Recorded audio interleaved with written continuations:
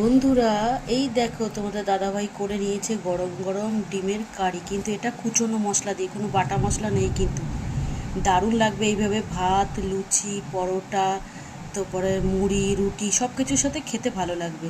তোমরা কি এইভাবে করে খাও? আমাকে কমেন্ট করে জানাবে কিন্তু, যদি করে খাও এইভাবে। আর ভাতটা বেড়ে নিয়েছি খাবো বলে।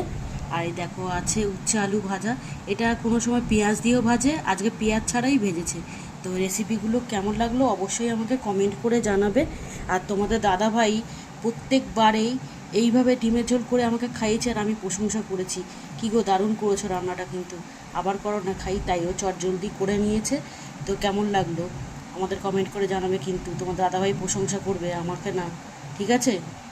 আর আমার রান্নাগুলো যদি তোমাদের ভালো লেগে থাকে তাহলে আমাকে সাবস্ক্রাইব করে আমার পাশে থেকো বন্ধুরা। আমি একটু উৎসাহ পাবো নতুন কিছু করার জন্য। ঠিক আছে, রাখছি তাহলে। দেখা হবে অন্য কোনো ভিডিওতে, অন্য কোনো রেসিপি নিয়ে। টাটা বন্ধুরা, লাভ ইউ। এতক্ষণ ভিডিওটা দেখার জন্য অসংখ্য ধন্যবাদ বন্ধুদের।